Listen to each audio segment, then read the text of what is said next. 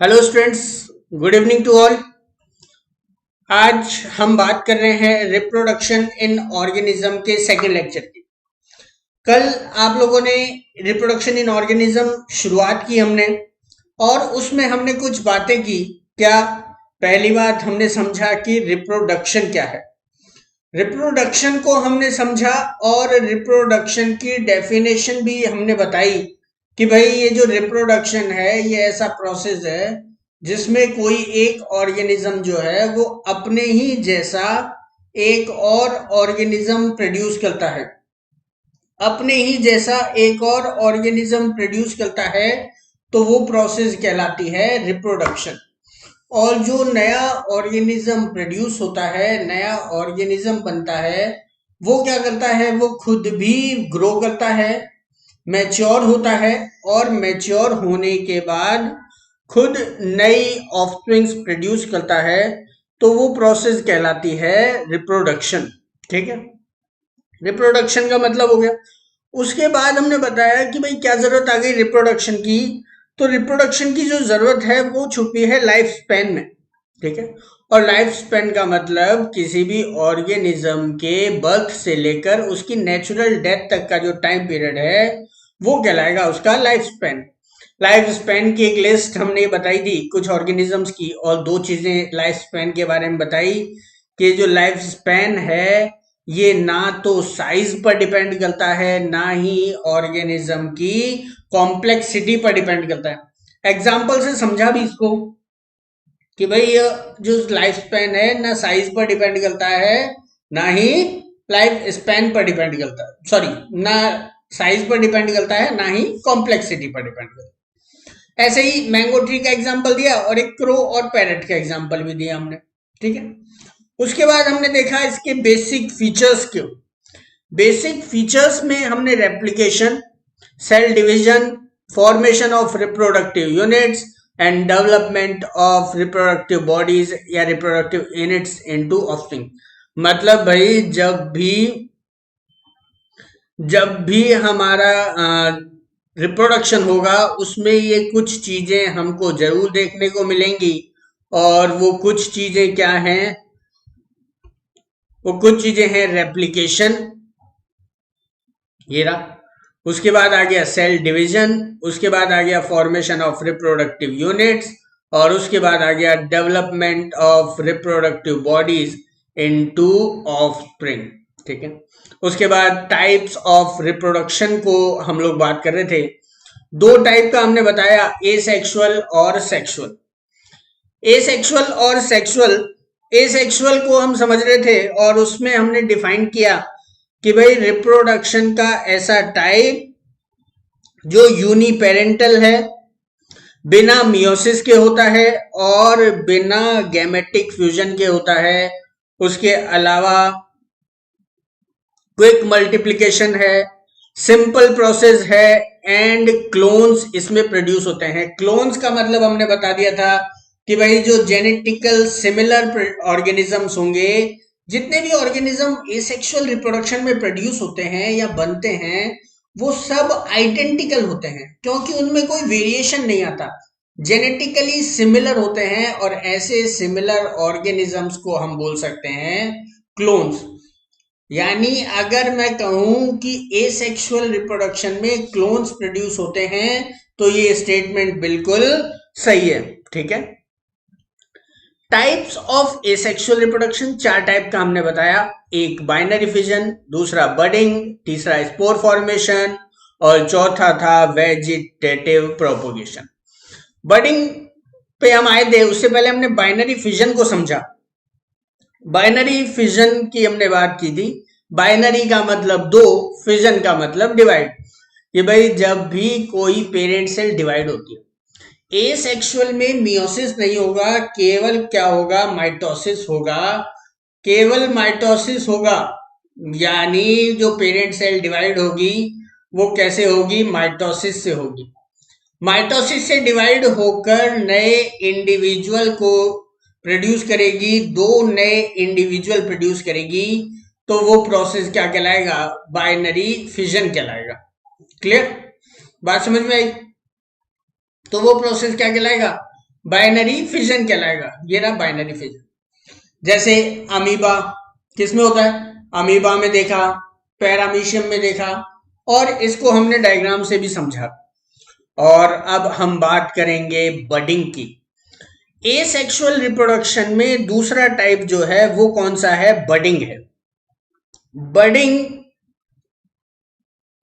यानी ऐसा रिप्रोडक्शन का टाइप जो बड के थ्रू होता है, जिसमें रिप्रोडक्शन बड के थ्रू।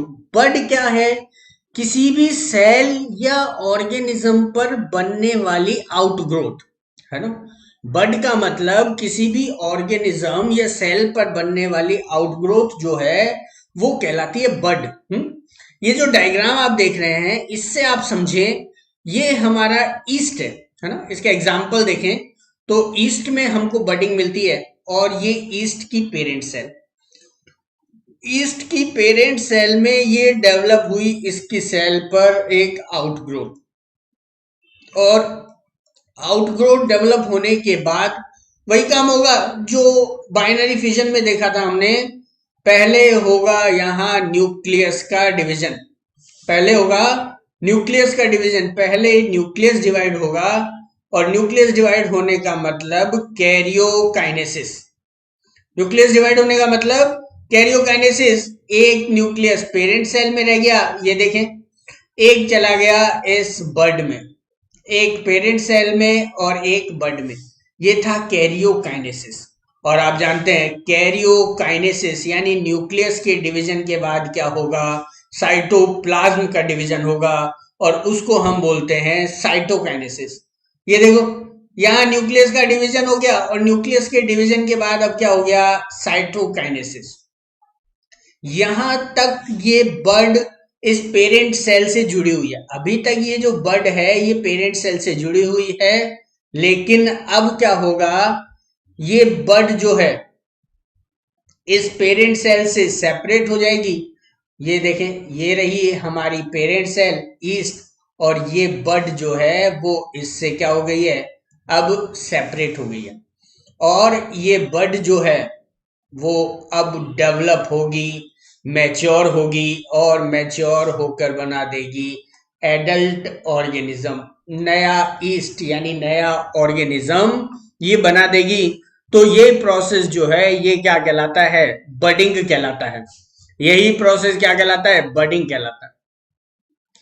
एक चीज मैंने आपको कल बाइनरी फिजन में बताई थी कि भाई यहां जो साइटोकाइनेसिस हो रहा है, ये देखें, यहां जो साइटोकाइनेसिस हो रहा है वो कैसा है?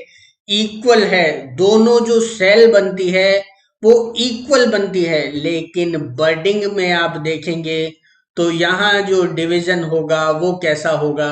अनइक्वल होगा। यहां जो साइटोकाइनेसिस होगा वो कैसा होगा? अनइक्वल साइटोकाइनेसिस आपको यहां देखने को मिलेगा। तो एक डिफरेंस तो ये हुआ बडिंग और बाइनरी फिजन में। बडिंग और बाइनरी फिजन में एक डिफरेंस तो ये मिला हमको कि बाइनरी फिजन में जो साइटोकाइनेसिस था, जो डिवीजन था, वो कैसा था? इक्वल था। जो दो डॉटर सेल्स बनती हैं वो ऑलमोस्ट इक्वल होती हैं साइज में। यहां डिवीजन इक्वल है क्योंकि एक तो बड बनी है, बड साइज में छोटी है, और जो पेरेंट सेल है वो साइज में बड़ी है। जो बड है वो तो साइज में छोटी है, और ये जो पेरेंट सेल है ये साइज में बड़ी है। दो चीजें आपने देखी, इसीलिए यहां जो डिवीजन है वो कैसा है? अनइक्वल है। इसीलिए डिवीजन अनइक्वल है। और क्या है? स्मॉल, वही बात तो लिखी है जो हम बोल रहे हैं कि भाई small birds are produced that remain attached initially, that remain attached. ये देखें, बर्ड बनी और ये बर्ड अभी तक अटैच्ड है। पहले ये पेरेंट सेल से अटैच रहती है, initially attached to the parent cell, और बाद में क्या हो जाती है? बाद में क्या हो जाती है? ये विच इवेंचुअली गेट्स सेपरेटेड, और फाइनली ये सेपरेट होती है and mature into new organisms और न्यू सेल्स। तो वही प्रोसेस हमारा जो है वो क्या कहलाएगा? बडिंग कहलाएगा। वही प्रोसेस क्या कहलाएगा, बडिंग कहलाएगा। और बडिंग भी हमको कुछ यूनिसेल्युलर ऑर्गेनिजम्स में मिलेगा, जैसे कि ईस्ट में। क्लियर, बात समझो। तो आप एक चीज देखें कि वहां डिवीजन जो था इक्वल था, कहां, बाइनरी फिजन में। बाइनरी फिजन हम पढ़ के आए, वहां डिवीजन इक्वल है, जबकि बडिंग में जो डिवीजन है वो कैसा है, अनइक्वल है। एक डिफरेंस तो ये देखा हम। दूसरा एक डिफरेंस और है, ये बाइनरी फिजन जब हम पढ़ रहे थे, यहां जब दो डॉटर सेल्स बन गई, उसके बाद पेरेंट सेल का कोई एग्जिस्टेंस नहीं बचा।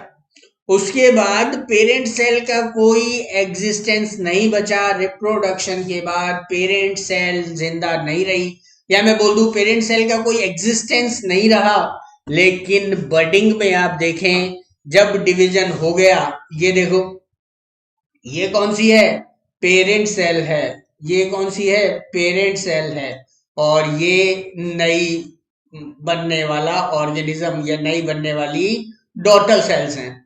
यानी जब रिप्रोडक्शन हो गया, उसके बाद भी यहां यहां उसके बाद भी पेरेंट सेल का एग्जिस्टेंस रिमेन है। ठीक है, तो ये प्रोसेस जो है ये कहलाता है बडिंग। इसका एग्जाम्पल है ईस्ट।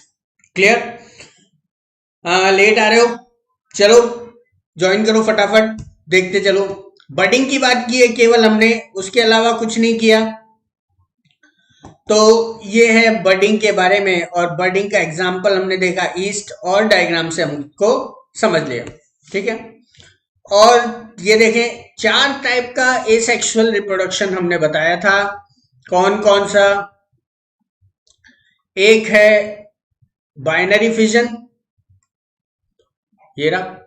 दूसरा है बडिंग, दो हमने पढ़ लिए। अब तीसरा तरीका है स्पोर फॉर्मेशन। एसेक्सुअल रिप्रोडक्शन में तीसरा तरीका है स्पोर फॉर्मेशन। स्पोर्स जो हैं वो वेरियस टाइप्स के हो सकते हैं, और स्पोर क्या है, स्पेशलाइज्ड एसेक्सुअल रिप्रोडक्टिव स्ट्रक्चर्स हैं। स्पेशलाइज्ड एसेक्सुअल रिप्रोडक्टिव स्ट्रक्चर्स हैं। कहां मिलते हैं हमको, ये हमको मिलते हैं मेंबर्स ऑफ फंजाई और एल्गी में। ठीक है, कुछ प्लांट्स जैसे कि एल्गी, एल्गी और फंजाई के जो मेंबर्स हैं उनमें हमको स्पोर्स मिल जाएंगे। ठीक है, अब देखें, स्पोर्स दो तरह के होते हैं। स्पोर्स जो हैं वो दो तरह के होते हैं। एक कहलाते हैं जू स्पोर्स, और दूसरे कहलाते हैं कॉनिडिया। समझो मेरी बात को, एक कहलाते हैं जू स्पोर्स, दूसरे कहलाते हैं कॉनिडिया। ये जो जू स्पोर्स हैं ये आपको मिलेंगे किसमें, ये आपको मिलेंगे एल्गी में। ये आपको मिलेंगे एल्गी में, जैसे कि हमारा क्लेमाइडोमोनास। क्लेमाइडोमोनास को जानते हो, एल्गी होता है। वहां जो स्पोर्स होते हैं वो कहलाते हैं जू स्पोर्स। कॉनिडिया जो है वो हमको मिलेंगे कहां, फंजाई में। कॉनिडिया आपको मिलेंगे कहां, फंजाई में, जैसे कि हमारा पेनिसिलियम, जैसे कि हमारा पेनिसिलियम। और इधर कौन सा था, क्लेमाइडोमोनास। क्लेमाइडोमोनास जो कि एक ग्रीन एल्गी में हम इंक्लूड करते हैं। तो दो तरह के स्पोर्स मैं बता रहा हूं, एक है जू स्पोर्स, ये रहा, और दूसरे हैं कॉनिडिया। ये जू स्पोर्स आपको मिलेंगे क्लेमाइडोमोनास में यानी एल्गी में, और ये जो कॉनिडिया हैं ये आपको मिलेंगे फंजाई में, जैसे कि पेनिसिलियम। ठीक है, एक चीज समझे, जू स्पोर्स जो है, देखिए डायग्राम देखें, ये रहे आपका क्लेमाइडोमोनास और इसमें रहे इसके जू स्पोर्स। जू स्पोर्स की जो स्ट्रक्चर है वो कुछ इस तरह से है। ये जो स्ट्रक्चर आपको दिख रही है ये है इसके फ्लैजेला। ये स्ट्रक्चर इसके क्या है, फ्लैजेला। और फ्लैजेला होने के कारण ये जो जू स्पोर्स होते हैं ये कैसे होते हैं? ये होते हैं मोटाइल। ये कैसे होते हैं? मोटाइल। ये देखो कॉनिडिया, पेनिसिलियम में आपको दिखेंगे। कॉनिडिया में कोई फ्लैजेला नहीं है। कॉनिडिया में कोई फ्लैजेला नहीं है, यानी ये कैसे हैं? नॉन फ्लैजिलेटेड हैं। नॉन फ्लैजिलेटेड हैं, यानी नॉन फ्लैजिलेटेड होंगे तो कैसे होंगे? Motile, non motile. इनकी मूवमेंट पॉसिबल नहीं है। दो डिफरेंस आपको दिख गए। जू स्पोर्स जो हैं वो कैसे रहे भाई? मोटाइल। जू स्पोर्स जो थे वो मिले आपको मोटाइल। किसकी वजह से? फ्लैजेला की वजह से, है ना। और इधर कॉनिडिया जो हैं वो कैसे हैं? नॉन मोटाइल हैं। कॉनिडिया जो हैं वो नॉन मोटाइल हैं। क्यों? क्योंकि इनमें फ्लैजेला प्रेजेंट नहीं है। यहाँ क्लियरली आप देख सकते हैं, ये ए वाला जो डायग्राम है ये क्लेमाइडोमोनास के जूस्पोर्स शो कर रहा है जो फ्लैजिलेटेड है यानी मोटाइल है। बी जो डायग्राम है ये शो कर रहा है पेनिसिलियम में कॉनिडिया, और पेनिसिलियम के कॉनिडिया नॉन फ्लैजिलेटेड और नॉन मोटाइल हैं। इतनी बात समझ में आ रही है? एक और चीज समझें, यहां ध्यान से देखें, ये जो जू स्पोर्स बनते हैं ये बनते हैं स्पोरेंजिया के अंदर। यहां पर क्लेमाइडोमोनास की जो बॉडी है ये इसी के अंदर बनते हैं, इसी के अंदर फॉर्म होते हैं। और जब ये इसी के अंदर फॉर्म होते हैं तो इस क्लेमाइडोमोनास की बॉडी ही जू स्पोरेंजिया की तरह काम करती है, स्पोरेंजिया की तरह काम करती है। यहां आपको एक चीज और नोटिस हो जाएगी, क्या? कि ये जो जू स्पोर्स होते हैं इनका ओरिजिन कैसा है? एंडोजीनस है, क्योंकि ये किसी स्ट्रक्चर के अंदर फॉर्म हो रहे हैं, इसीलिए इनका ओरिजिन एंडोजीनस है। एंडोजीनस मतलब किसी स्ट्रक्चर के अंदर, एंडो मतलब अंदर, है ना, इनसाइड। इनसाइड द स्पोरेंजिया ये फॉर्म हो रहे हैं, इसीलिए जू स्पोर्स का जो ओरिजिन है वो एंडोजीनस है। कॉनिडिया को आप ध्यान से देखें, कॉनिडिया यहाँ एक्सटर्नल ब्रांचेस पर, ये रहे कॉनिडिया हमारे बहुत सारे, ये कॉनिडिया जो है वो एक्सटर्नल ब्रांचेस पर फॉर्म हो रहे हैं, इसीलिए ये ओरिजिन में कैसे हैं? एक्सोजीनस हैं। एक्सो मतलब बाहर, एक्सो मतलब बाहर। तो जो स्ट्रक्चर्स अंदर फॉर्म हो रही है ओरिजिन एंडोजीनस, जो स्ट्रक्चर बाहर फॉर्म हो रही है ओरिजिन एक्सोजीनस। तो एक डिफरेंस हमको और मिल गया यहाँ कि भाई ये जो जू स्पोर्स होते हैं ये एंडोजीनस होते हैं, ये एंडोजीनस होते हैं, और ये जो कॉनिडिया हैं ये कैसे होते हैं? एक्सोजीनस होते हैं। तो दो तरह की चीज आपको यहां देखने को मिल गई, दो तरह के स्पोर्स हमको देखने को मिले। तो ये जो स्पोर्स हैं ये क्या है? मैंने बताया स्पेशलाइज्ड एसेक्सुअल रिप्रोडक्टिव स्ट्रक्चर्स हैं। कहां मिलेंगे? Members of kingdom fungi and some simple plants like algae में आपको देखने को मिलेंगे ये। The most common of these structures are zoospores. इनमें भी ज्यादा कॉमन कौन से हैं? जूस्पोर्स। उसके बाद कॉनिडिया जो यूजुअली माइक्रोस्कोपिक हैं, बहुत छोटे हैं, और मोटाइल हैं, माइक्रोस्कोपिक एंड मोटाइल। ठीक, अब देखें आप यहां जो स्पोर्स फॉर्म हो रहे हैं, पहले मैं बात कर रहा हूं जू स्पोर्स की। जू स्पोर्स क्लेमाइडोमोनास के अंदर फॉर्म हुए, अंदर फॉर्म होने के बाद ये क्लेमाइडोमोनास की वॉल को धक्का मारेंगे, अंदर बन गए 3-4 जू स्पोर्स। अब ये क्लेमाइडोमोनास की सेल वॉल पर धक्का मारेंगे और उससे क्या होगा? क्लेमाइडोमोनास की जो सेल वॉल है वो रप्चर हो जाएगी, और जब सेल वॉल रप्चर हो जाएगी तो ये देखें आप, ये सारे जो जू स्पोर्स हैं ये यहां से रिलीज हो जाएंगे, कहां? वाटर में। और हर एक जू स्पोर, हर एक स्पोर जो है वो अब डेवलप होगा, मैच्योर होगा किसमें? नए क्लेमाइडोमोनास में, नए ऑर्गेनिज्म में। ये जो स्पोर्स हैं, ये हर एक स्पोर अब डेवलप होगा वाटर में, मैच्योर होगा और मैच्योर होकर बना देगा नया ऑर्गेनिज्म, नया ऑर्गेनिज्म बना देगा। वही चीज यहाँ कॉनिडिया के साथ होगी। कॉनिडिया जो है फंगल हाइफी जो होता है, फंजाई की जो बॉडी होती है उस पर फॉर्म होते हैं और इस तरह की चेन्स में फॉर्म होते हैं और ये चेन में यहां से सेपरेट हो जाते हैं और सेपरेट होकर हर एक कॉनिडिया इसमें नए पेनिसिलियम यानी नए फंजाई का फॉर्मेशन करता है। ये हमारे कॉनिडिया, ठीक है। तो ये जो कॉनिडिया या जूस्पोर्स दोनों ही एसेक्सुअल रिप्रोडक्टिव स्ट्रक्चर्स हैं जो नया ऑर्गेनिज्म फॉर्म करती हैं। इन्हीं स्पोर्स को हम कंसीडर कर सकते हैं एज अ गैमेट्स। मैं आप लोगों को पीछे लेके चल रहा हूं। पीछे हमने एसेक्सुअल रिप्रोडक्शन की बात की थी और यहां लिखा था ये कैसे होते हैं? विदाउट फ्यूजन ऑफ गैमेट्स के होता है, विदाउट फ्यूजन ऑफ गैमेट्स के होता है। लेकिन यहां गैमेट्स फॉर्म हो सकते हैं, यहां गैमेट्स जो हैं वो फॉर्म हो सकते हैं और नहीं भी। यस और नो दोनों ही चीजें हैं।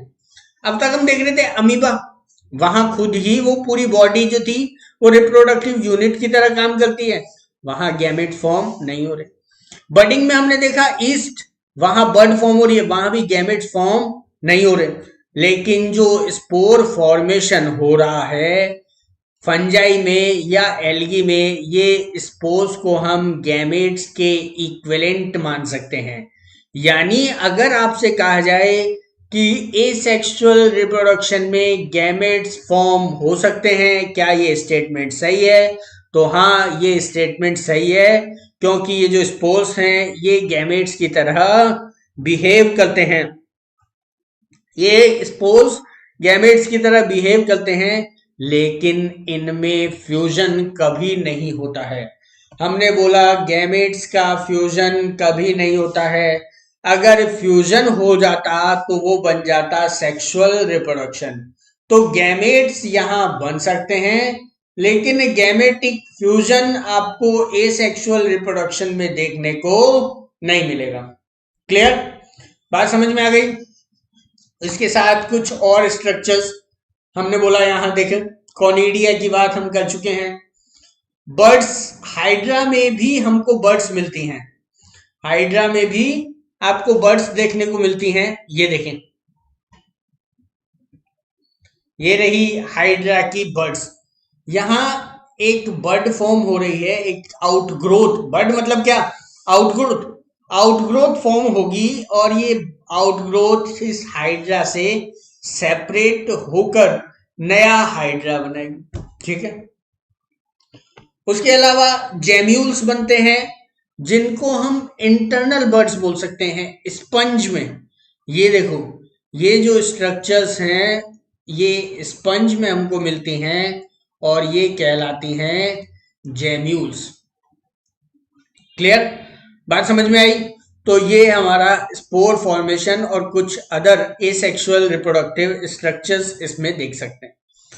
तीन हम बात कर चुके हैं, एक बाइनरी फिजन, एक बडिंग और तीसरा स्पोर फॉर्मेशन।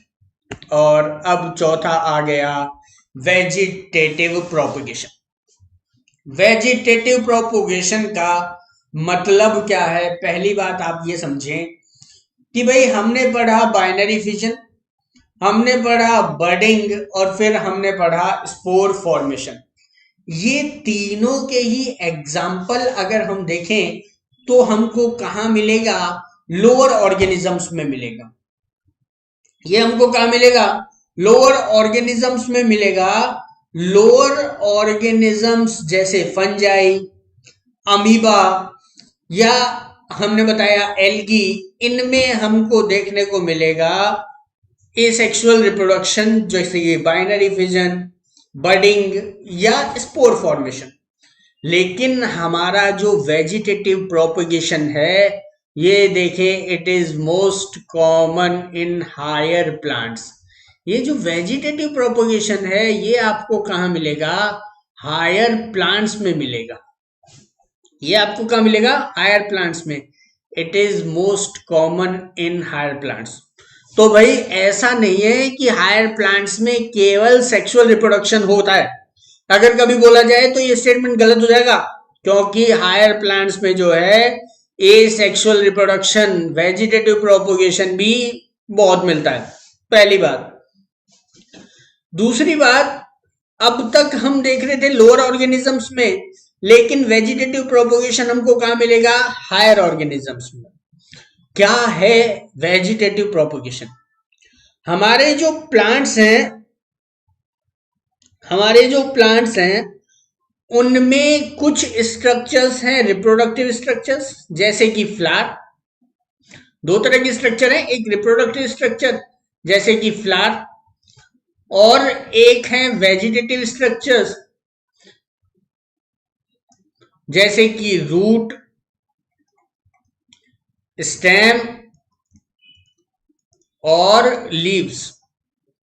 रूट, स्टेम और लीव्स ये क्या है? वेजिटेटिव स्ट्रक्चर्स हैं। दो तरह की स्ट्रक्चर हमारे हायर प्लांट्स में मिलती हैं, एक रिप्रोडक्टिव स्ट्रक्चर्स जैसे कि फ्लावर, एक वेजिटेटिव स्ट्रक्चर्स जैसे कि रूट, स्टेम और लीव्स। जब हमारे हायर प्लांट्स की कोई भी वेजिटेटिव स्ट्रक्चर, कौन सी स्ट्रक्चर? कोई भी वेजिटेटिव स्ट्रक्चर जो है, वेजिटेटिव स्ट्रक्चर जैसे मैंने अभी अभी बोला, रूट, स्टेम और लीव्स।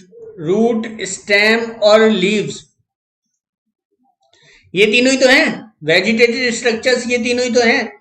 तो जब हायर प्लांट्स की कोई vegetative structure, either root, stem और लीव्स जो हैं, वो नया प्लांट प्रोड्यूस कर दें, वही क्या कर दें? नया प्लांट प्रोड्यूस कर दें, तो वो प्रोसेस क्या कहलाएगी?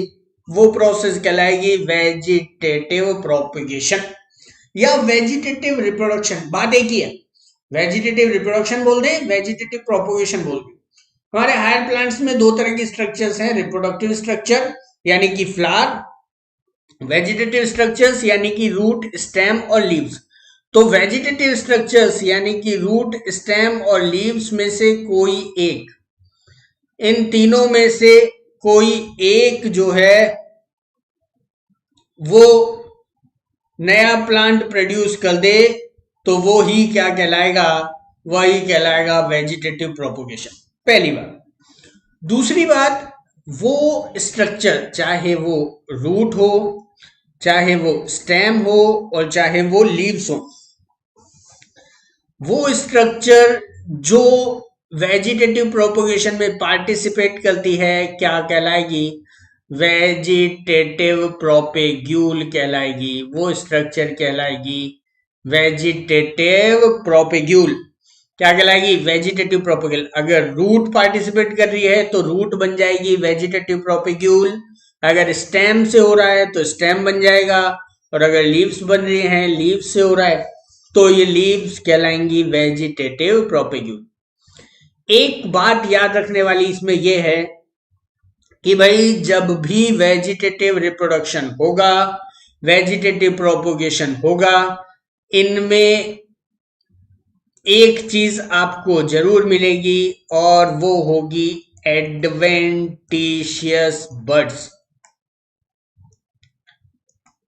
जो भी पार्ट, चाहे वो रूट हो, चाहे वो स्टेम हो, चाहे वो लीव्स हो, जो भी कोई पार्ट नया प्लांट प्रोड्यूस करेगा, उसमें एक चीज होनी जरूरी है, वो है एडवेंटिशियस बड्स। आपको एडवेंटिशियस बड्स हमेशा मिलेंगी, और इन्हीं एडवेंटिशियस बड्स, एडवेंटिशियस इनको क्यों बोल रहे हैं हम? क्योंकि ये इनकी पोजीशन नहीं है, बर्ड्स इन पर नहीं मिलती। बर्ड्स तो मिलती हैं फ्लावर में, है ना, रिप्रोडक्टिव पार्ट्स में, लेकिन यहां जो बर्ड्स मिलेंगी वो कहलाएंगी एडवेंटिशियस बर्ड्स। और इन्हीं एडवेंटिशियस बर्ड्स से नया प्लांट जो है वो डेवलप हो सकता है। क्लियर? बात समझो मेरी। अब ये कैसे नया नया प्लांट रिकवर जनरेट कर सकती हैं, ओरिजिनेट कर सकती हैं, प्रोड्यूस कर सकती हैं? तो कुछ वेजिटेटिव स्ट्रक्चर्स के यहां हमने नाम लिखे हुए हैं। ये देखें, एक है रनर्स।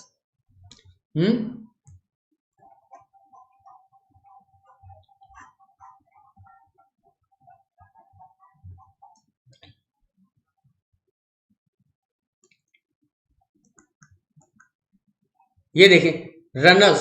रनर आपको मिलेगा कहां? रनर आपको मिलेगा ग्रासेस में, है ना।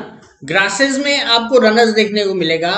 और वहां कौन सा पार्ट है जो वेजिटेटिव प्रोपोगेशन में पार्टिसिपेट करता है? वहां स्टेम वाला पार्ट। कौन सा पार्ट? स्टेम वाला पार्ट। ये सारे एग्जांपल स्टेम के ही हैं। स्टेम ग्रासेस कुछ इस तरह से होती हैं, ये ग्राउंड लेवल, और यहां से एक पार्ट निकलता है, आगे की तरफ जाता है, और यहां से नई ग्रास डेवलप होती है। ये फिर यहां से एक पार्ट निकलता है, आगे की तरफ जाता है, और यहां से रूट्स डेवलप होती हैं। ये जो स्टेम की ब्रांच डेवलप हो रही हैं, यही कहलाती है रनर। यही क्या कहलाती है? रनर कहलाती है। ठीक है। उसके बाद आता है नेक्स्ट हमारा राइजोम। ये देखो, ये रहा राइजोम। राइजोम आपको मिलेगा कहाँ? अदरक में, जिंजर, है ना। उसके बाद आता है सकर, कुछ में आता है ट्यूबर। ट्यूबर आपको मिलेगा पोटैटो में। ऑफसेट, ऑफसेट आपको मिलेगा आइकॉर्निया, यानी कि वाटर हाइसिंथ, आइकॉर्निया जिसको हम बोलते हैं, उसमें मिलेगा ऑफसेट।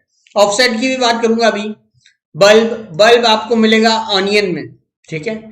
ये सारी स्ट्रक्चर्स जो हैं नए ऑफस्प्रिंग्स को प्रोड्यूस करने में या नए ऑफस्प्रिंग्स बनाने में, नए प्लांट्स बनाने में कैपेबल होती हैं।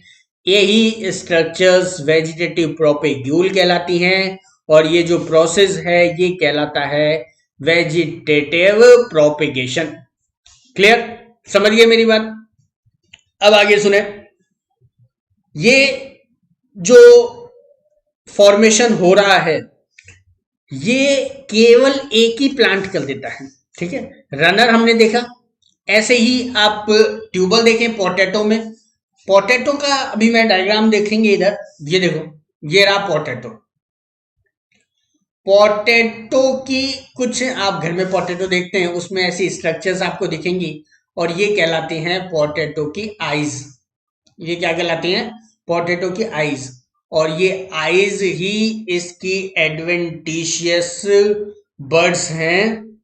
और इन्हीं एडवेंटिशियस बर्ड्स, ये देखो एडवेंटिशियस बर्ड्स जर्मिनेट हो रही हैं और नया प्लांट डेवलप कर रही हैं। तो जो भी स्ट्रक्चर नया प्लांट डेवलप करेगी वहां एडवेंटिशियस बर्ड्स का होना जरूरी है। और आप देखें इसमें कोई दो पेरेंट नहीं है। आलू में जो नया प्लांट बन रहा है केवल एक ही पेरेंट जो है वो नए प्लांट को जर्मिनेट करने में, नए प्लांट को प्रोड्यूस करने में कैपेबल है, यानी यूनिपेरेंटल हो गया। और यूनिपेरेंटल है इसीलिए तो इसको हम कंसिडर कर रहे हैं एसेक्सुअल रिप्रोडक्शन। जिंजर की मैंने बात की। जिंजर में इस तरह की स्ट्रक्चर अदरक दिखेगी। अदरक में से ये निकल रही है एडवेंटिशियस रूट्स, और एडवेंटिशियस बर्ड्स, और बर्ड्स से निकल रही हैं एडवेंटिशियस रूट्स। और ये जो एडवेंटिशियस रूट्स हैं यही क्या प्रोड्यूस कर देंगी? न्यू प्लांट प्रोड्यूस करने की कैपेबल है। ठीक है। नया प्लांट प्रोड्यूस कर सकती हैं। और ये स्ट्रक्चर्स जो हैं ये क्या कहलाती है अदरक में? राइजोम कहलाती है। अदरक में यानी जिंजर में ये स्ट्रक्चर कहलाती है राइजोम। ये भी यूनिपेरेंटल है, यूनिपेरेंटल है, और इसीलिए तो इसको हम एसेक्सुअल रिप्रोडक्शन कंसिडर कर रहे हैं। ठीक है। तो obviously since the formation of, ये देखो, since the formation of these structures does not involve two parents, केवल एक ही पेरेंट, देखिए एक ही पेरेंट जो है वो इसमें इन्वॉल्व है, इसीलिए ये प्रोसेस जो है इसको हम कैसा मान रहे हैं, एसेक्सुअल। ठीक है, तो मन में सवाल आ सकता है कि भाई ये एसेक्सुअल क्यों है? तो एसेक्सुअल इसलिए है क्योंकि ये यूनिपेरेंटल है। ठीक, इस डायग्राम को देखें एक बार और, इसको देखें। ये है हमारे, हमने बोला ना लीफ, रूट या स्टेम। स्टेम के हमने एग्जांपल्स देखे, ये सारे एग्जांपल स्टेम के हैं। रनर हो गया, राइजोम हो गया, सकर हो गया, ट्यूबर, ऑफसेट बल्ब, ये सब स्टेम के पार्ट है। लीफ से भी नया प्लांट ओरिजिनेट हो सकता है, और लीफ से ओरिजिन कहाँ मिलेगा? ब्रायोफिल्म में मिलेगा। लीफ से जो ओरिजिन होगा वो आपको कहाँ मिलेगा? Bryophyllum plant. देखें और इसकी लीफ देखें आप, इसकी जो लीफ होती है उसमें नॉचेस होती है, ये रही, ये देखें, ये रही नॉचेस। और इन्हीं नॉचेस से एडवेंटिशियस बर्ड्स होती हैं, जिनसे कि नया प्लांट प्रोड्यूस होते हुए आप क्लियरली देख सकते हैं। ये देखो, नया प्लांट प्रोड्यूस हो रहा है, यहां भी नया प्लांट प्रोड्यूस हो रहा है, यहां भी नया प्लांट प्रोड्यूस हो रहा है। तो ये है ब्रायोफिल्म, जिससे कि जिसकी लीव्स नया प्लांट प्रोड्यूस करने में हेल्प करती है, यानी वेजिटेटिव प्रोपगेशन में हेल्प करती है। ये हमारा बुलबिल, अगेव का एक फ्लैशी मास होता है बड़ा सा, और वो पूरा का पूरा ही स्टेम का पार्ट है, बुलबिल है। और ये बुलबिल भी वेजिटेटिव प्रोपगेशन में पार्टिसिपेट करता है। तो पूछ लिया जाता है कि भाई ये बुलबिल जो है इसका एग्जाम्पल, तो अगेव याद रखने वाली बात है। और उसके बाद आ गया offset, offset of water hyacinth. ये है बिल्कुल रनर की तरह, ये है बिल्कुल रनर की तरह, बस क्या फर्क है कि ये कहाँ है? वाटर में, यानी ये है एक्वेटिक, इसको हम बोल सकते हैं एक्वेटिक रनर। ठीक है, यहां भी ये देखिए, ऊपर जो है फ्लावर्स का गुच्छा है ये, और नीचे जो है रूट्स का गुच्छा है, और यहां से एक ब्रांच निकलती है, आगे जाती है, और आगे फिर से नए फ्लावर्स यहाँ डेवलप होते हैं, और ये रूट्स। तो इसी तरह से ये वेजिटेटिव प्रोपगेशन शो करती है, बहुत ही फास्ट, बहुत ही रैपिड वेजिटेटिव प्रोपगेशन शो करती है। तो ये जो प्रोसेस है ये कहलाता है वेजिटेटिव प्रोपगेशन। रूट्स की हमने बात नहीं की, रूट्स के थ्रू वेजिटेटिव प्रोपगेशन बहुत कम मिलता है, लेकिन अगर रूट्स की बात करें किस में मिलता है, तो डहेलिया में मिलता है। तो तीनों की बात हमने की, रूट की जैसे मैंने बोल दिया डहेलिया में, उसके अलावा स्टेम की बहुत सारे example, runner, rhizome, sucker, tuber, offset, bulb, सब में। लीव्स की हमने बात कर ली, ये देखो ब्रायोफिल्म। थोड़ी सी बात मेरे को करनी है ऑफसेट की, वाटर हाइसिंथ की। ये जो वाटर हाइसिंथ है इसको बोला जाता है terror of Bengal. Water hyacinth को बोला जाता है टेरर ऑफ बंगाल। क्यों बोला जाता है? क्योंकि इसके फ्लावर्स, इसकी लीव्स जो हैं वो बहुत ही सुंदर होती हैं। फ्लावर्स और लीव्स सुंदर होती हैं, और सुंदर होने के कारण बंगाल गवर्नमेंट ने जो है इसको लाकर पॉन्ड्स में लगा दिया।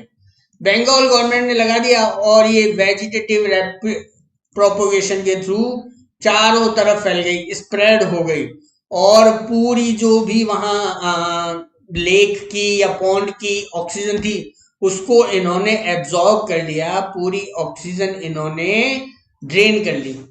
अब पूरी ऑक्सीजन इन्होंने ड्रेन कर ली, पूरी ऑक्सीजन इन्होंने ऑब्जॉर्ब कर ली, तो जो हमारे एक्वेटिक ऑर्गेनिजम्स थे जैसे कि फिशेस, उनकी क्या हो गई? फिशेस की हो गई डेथ। और आप एक चीज जानते हैं कि बंगाल में फूड के रूप में, फूड के तौर पे ज्यादातर दो ही चीजें फेमस है, एक राइस और दूसरा फिश। वहां फिश की सब डेथ हो गई, तो फूड की क्या आ गई? वहां कमी आ गई, और इसीलिए इसको बोला गया क्या? टेरर ऑफ बंगाल इसको बोला गया। बात समझिए मेरी कि भाई कहां मिलती है? स्टैंडिंग वाटर में, लेक में, पॉन्ड में, रिवर में नहीं। ठीक है, स्टैंडिंग वाटर में आपको मिलेगी। It drains oxygen from water, it drains oxygen from water, which leads to death of fishes. Which leads to death of fishes. It can propagate vegetatively at the phenomenal rate. बहुत तेजी से ये फैलती है और उसके बाद इसको कंट्रोल करना मुश्किल हो जाता है, क्योंकि इससे पूरी ऑक्सीजन ड्रेन हो गई और वेजिटेटिव प्रोपोगेशन के थ्रू फैल गई, और उससे क्या हो गया, जितने भी एक्वेटिक ऑर्गेनिजम्स फिशेस वगैरह थी उनकी डेथ हो गई। और इम्पोर्टेंट है, किसको बोला गया terror of Bengal? Terror of Bengal बोला गया वाटर हाइसिंथ यानी आइकॉर्निया। आइकॉर्निया इसका नाम है, ये भी याद रखें, आइकॉर्निया। क्लियर? समझ गए मेरी बात को? चलो आगे चलते हैं। तो ये तो बात थी हमारी ए सेक्सुअल रिप्रोडक्शन की।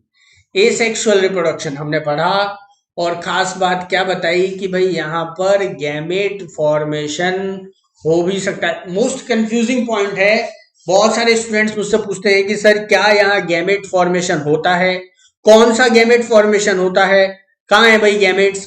तो इसमें गैमेट फॉर्मेशन हो भी सकता है और नहीं भी हो सकता है, लेकिन यहां पर गैमेट्स का फ्यूजन कभी नहीं हो सकता। गैमेट्स का फ्यूजन कभी नहीं हो सकता, और अगर गैमेट्स का फ्यूजन यहां हुआ तो वो कहलाएगा सेक्सुअल रिप्रोडक्शन। क्लियर? बोलो, बात समझ में आ गई? चलिए अब हम बात करेंगे सेक्सुअल रिप्रोडक्शन की। सेक्सुअल रिप्रोडक्शन को हम लोग कंपेयर करके चलेंगे एसेक्सुअल रिप्रोडक्शन से। देखिए भाई, सेक्सुअल रिप्रोडक्शन का ऐसा टाइप है जिसमें गैमेटिक फ्यूजन होता है, जिसमें मियोसिस होता है। भाई it is the type of reproduction which occurs by fusion of gametes.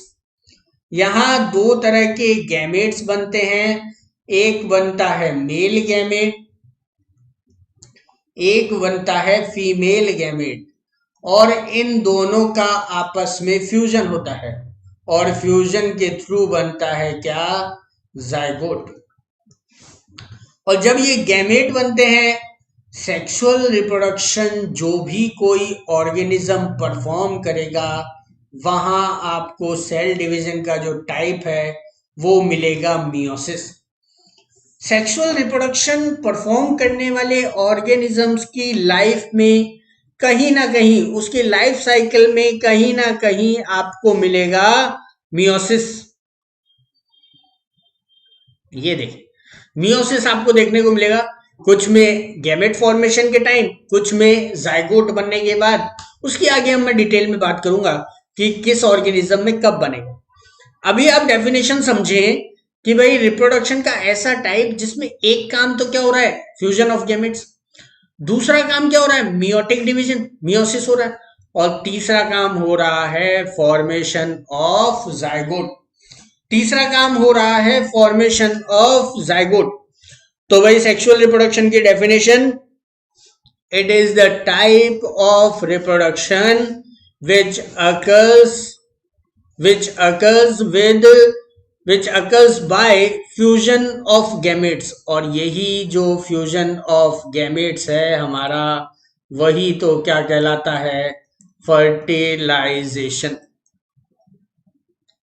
वही तो क्या कहलाता है, फर्टिलाइजेशन। इसी प्रोसेस को हम बोलते हैं फर्टिलाइजेशन बोलते हैं। ठीक है, तो sexual reproduction, it is the type of reproduction which occurs by fusion of gametes, या इसी को हम बोलते हैं फर्टिलाइजेशन।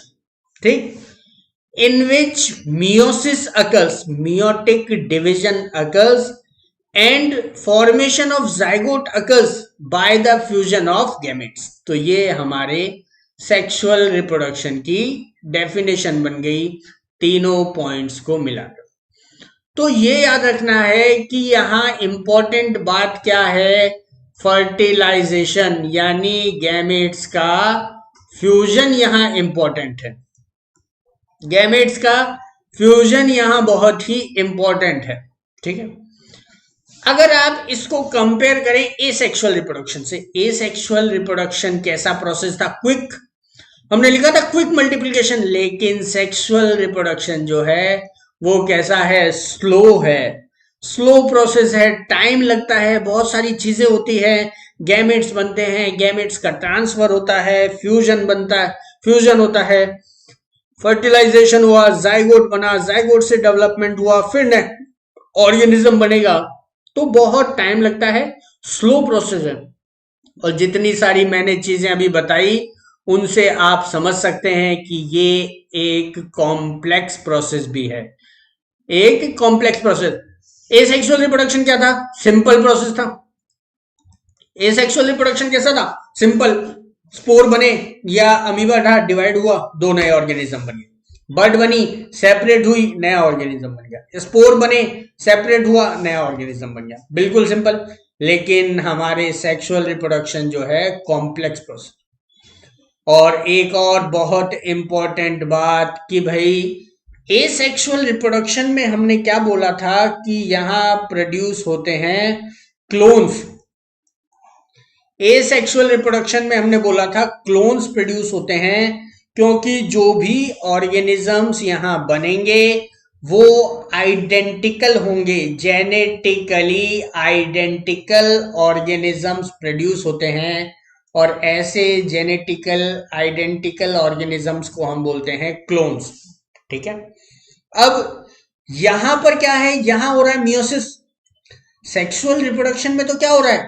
मियोसिस। और मियोसिस में आप लोग जानते हैं, 11th में आप लोगों ने सेल डिवीजन पढ़ा है, तो मियोसिस में होता है क्रॉसिंग ओवर, और क्रॉसिंग ओवर की वजह से सेक्सुअल रिप्रोडक्शन में क्या आ जाती हैं?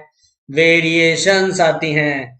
सेक्सुअल रिप्रोडक्शन में क्या आती हैं? वेरिएशंस आती हैं, ये मस्ट है, वेरिएशंस आती हैं। तो वेरिएशंस आती हैं सेक्सुअल रिप्रोडक्शन में, और जो वेरिएशंस हैं उन्हीं से क्या प्रोड्यूस होता है? इवोल्यूशन होता है। अगर वेरिएशन नहीं आएगी तो इवोल्यूशन क्या कभी पॉसिबल होगा?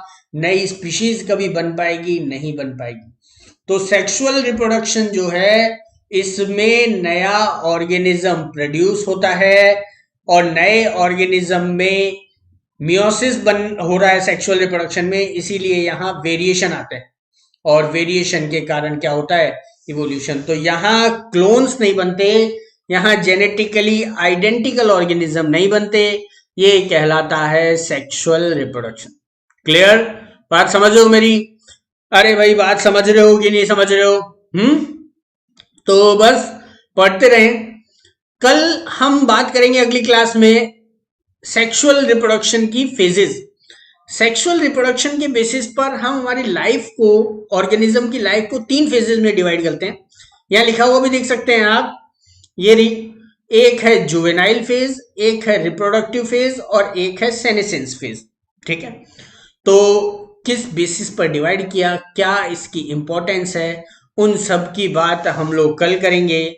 आज के लिए इतना ही। ऑल द बेस्ट, पढ़ते रहें। चलिए, गुड लक।